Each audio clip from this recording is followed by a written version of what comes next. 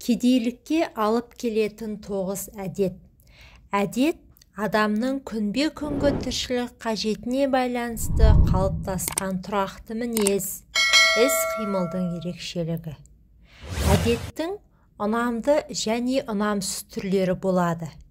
Әдеттеріңіз қандай? Саралап көріңіз. Себебі әдет кедейлікке де әбден алып келе алады. Бірінші, өзін-өзін аяушылық. Кедей болатын адамдар өздеріне үнемі аяушылықпен қарайды. Менің пешенемде бай болу жазылмаған.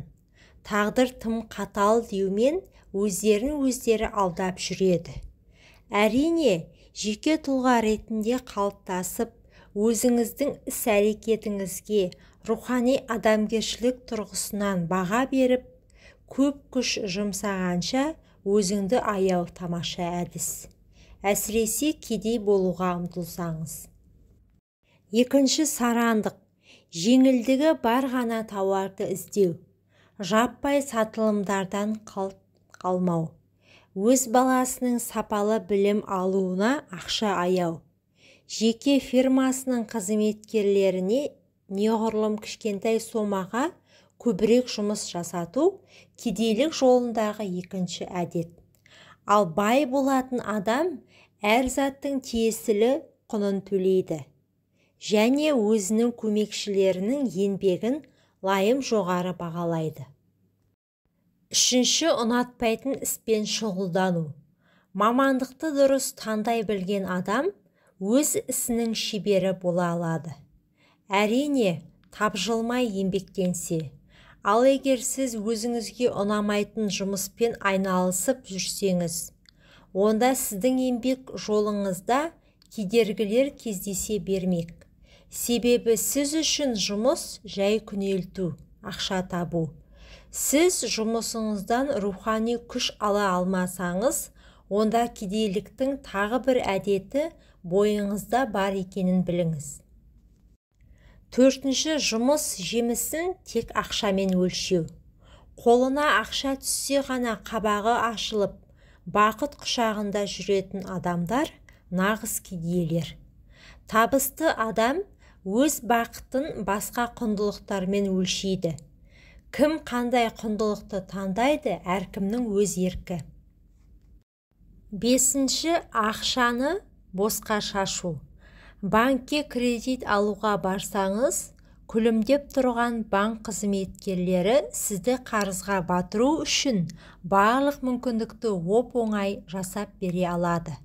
Бірақ табысты адам кәсібін кеңейту мен мақсатсыз шығын арасын ажырата алады. Алтыншы, әп-сәтте пайда көру. Әп-сәтте бірден молынан пайда көріп қалу тек қана кедейлерге тән қасиет. Кедей болатын адам алпауыт компанияларға жұмысқа орналасқан кезде бірнеше жылдан кейін қол жеткізетін мүмкіндіктерінен гөрі бір айдан кейін алатын айлығы туралы көбірек ойланады. Жетінші, шағымдану. Заман қиындап барады, адамдар бұзылды, қайда барсаң да жемқорлық, танысың болмаса жұмыс таба алмайсың. Мұның барлығы табысты болуды көздейтін адамның аузынан шығатын сөз емес. Ал керісінше сәтсіздікті серік еткен бейбақ бұл пікірмен бірден келіседі. Дей тұра аталмыш әдетке дауа бар ма? Қоршаған ортаның келеңсіздіктерімен күресудің жаңа жолдарын іздестіруден жалықпаңыз. Кез келген жағдайда барынша жеңімпаз болып шығуға тырысыңыз. Сегізінші, өзін басқалармен салыстыру. Серік өзін басқалардан мықтымын деп ойлайды. Себебі ол мектепті алтын белгіге бітіріп шыққан жалғыз түлек. Берік өзін басқалардан кем санайды. Себебі ол жазғы демалыста жұмысқа орналаса алмады. Ал Айжан өзінің құрбысына жыны келеді. Себебі оның құрбысын ұнататын жігіттер көбейіп барады. Осылардың барлығы кедей болатын адамдардың 8-ші әдеті. Рухани жан әлеміңізге сыртқы ортаның белі құрғанынан абай болыңыз. 9. Байлықты ақшамен теңестіру. Шынайы бай адамдар бақыт пен ақшаның арасына теңдік қоймайды. Нағыз байлық есебіндегі миллиондар мен миллиардтар емес. Бай адам үшін нағыз байлық оның өмірлік позициясы. Жаңа кәсіп көздерін ашу. Жаңа жобалар арқылы өзінің мүмкіндігін тағы бір сынға салып, сол сыннан сүрінбей өту.